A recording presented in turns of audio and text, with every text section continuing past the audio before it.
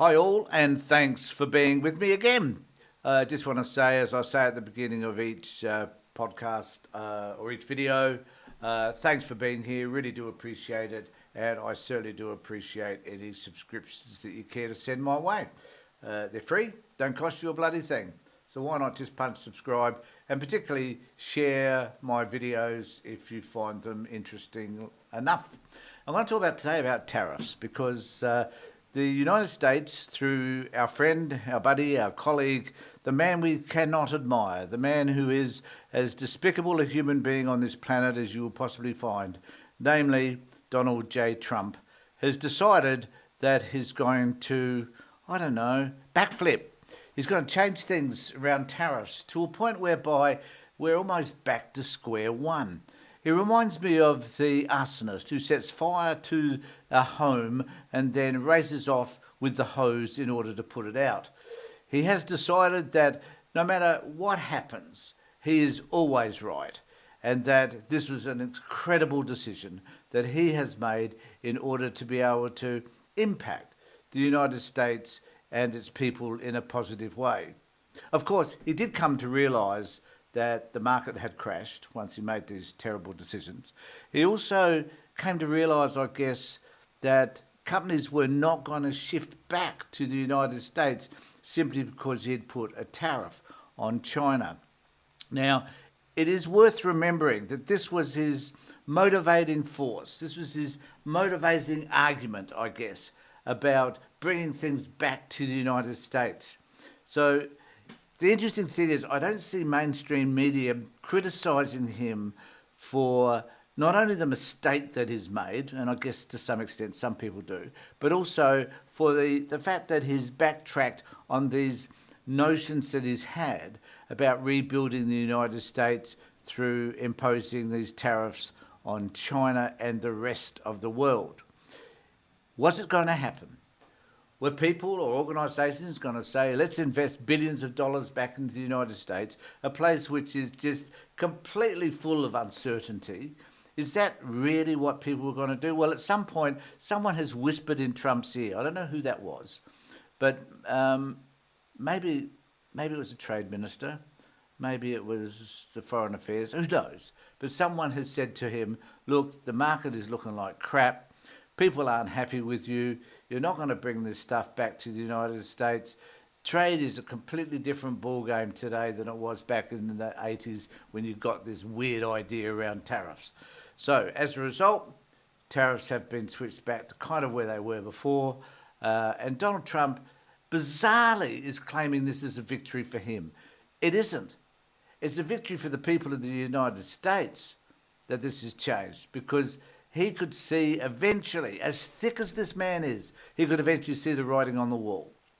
And things have changed. Now, I'm going to play a video in a moment of Australia's response to this through the ABC correspondent John Lyon, who happens to be in the US. It's worth noting that John isn't a biased character in relation to this, and that he presents his information in a methodical and reasonable and rational way. So I'm going to play this video of John, and we'll talk about it after he's finished. Essentially, the two largest economic superpowers put down their tariff weapons, and there's a truce now, and the 145% tariff that Donald Trump had imposed on all Chinese goods coming into this country where I am, the United States, now goes down to 30, and the Chinese likewise have lowered the tariffs on any American goods going into China. Obviously, there's more Chinese goods coming into the United States than vice versa. And so for those 90 days now, the tariff fighting stops, if you like, and they'll try to work out a longer-term deal.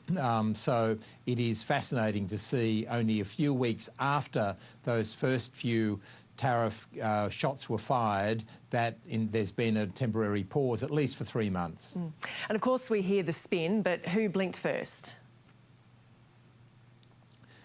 Donald Trump blinked first. This was quite a remarkable battle. This was the first full tussle in this Trump administration, the second term between China and the United States. I think that Donald Trump underestimated the dependence that Americans have on Chinese goods. For example, 99% of the toasters that Americans buy are made in China. The iPhone is assembled in many places, including China, and the component parts come from around the world. So Donald Trump imposed these tariffs, and then as each day went on, realised more and more that in fact America is hooked on Chinese goods, on cheap Chinese goods. And he started trying to say things like, look, a girl can have, only needs 2 dolls rather than 20. And, he was trying to essentially wean Americans off consumption. That hasn't worked. Americans love having a lifestyle beyond their means, and China enables that to happen. And so the Americans have said, at least for the moment, that the war is on hold, the tariff war is on hold. And Trump is saying this is a total reset. Is it? I mean, what happens in the next 90 days? This is a reset to the extent that the Chinese and the Americans are talking, they're having real conversations. So amid all of the chaos of the way that Donald Trump operates, sometimes there comes through the middle some sort of longer-term benefit. The Americans and the Chinese have sat down over the weekend. They've had long talks, and Donald Trump suggested a few hours ago that later this week he'll be having a conversation with Chinese President Xi Jinping.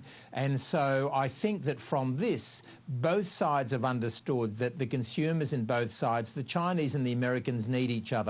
And in fact, it was interesting because Donald Trump was asked today, at the end of this 90 days pause, is it possible that he will put the tariffs on China back to 145%? He flat out said no. At 145%, you are really decoupling. Nobody will buy anything. So what's come out of this is the understanding now that these two economies need each other. In the global economy, you can't suddenly say that you are isolated from the rest of the world. And I think Donald Trump has learned that lesson very clearly. And I think and hope that he has, because it matters. Someone explained it to me this way. It's like if I choose to go down to my favourite electrical shop, which I do, and purchase goods that make me feel good, that I can come home and have my camera and my lighting, and I can have all the things, my television set, whatever, my computer, I can have all these wonderful things. I feel good about having those things. They are things I want, things that I can say I need, whatever, and I can feel comfortable that I've purchased these things that I want. Now, I don't have any other exchange than me purchasing stuff from that shop. I don't have, there's not a two-way agreement.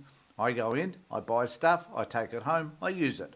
Now, it's the same with trade. We take stuff from other countries, so they sometimes will buy stuff from us, admittedly, but at the end of the day, when I'm getting stuff from other places, I feel good. And this is the way Americans feel good about the stuff that they bought. We in Australia feel good about the stuff that we buy from Japan and from China and from Asia and from other places. We just feel good about it. And that's all that trade is. It's no more complicated than that. And it's about a relationship that you build with these people. If that relationship becomes toxic, if for whatever reason you do no longer trust these people, because you're inconsistent, because you lie, because it's uncertain about the decisions that you may be making in the future. If that is the case, you're not going to trust them to be able to provide the goods that make you feel good when you need them. And you may look elsewhere. So the lesson that I think we've learned, thanks to Donald Trump, is that we need to look elsewhere. And this is exactly what the world has started to do. Australia started to do that. Europe started to do it. The UK has. Countries are now saying, where in the world can we get our goods that are not about necessarily getting them from the US? Because there are lots of other places. There's 600 million other people that are prepared to buy our goods around the world, not just the 350 in the US. So it's an incredible game changer. And thanks to Trump, it has worked. It's made us reevaluate our reliance on the United States. Now, I'm going to make a whole host of videos today that are quite important, and one of them is around child protection and particularly what's happening in the US with regard to the Epstein files. So stay tuned for that. Upload that if you wouldn't mind. In the meantime, please make sure that you subscribe to my channel, ring the bell for further notifications, and have some comments and some conversations. I really enjoy them about some of the things that I'm talking about. In the meantime, take care, look after yourselves, and more importantly, be safe.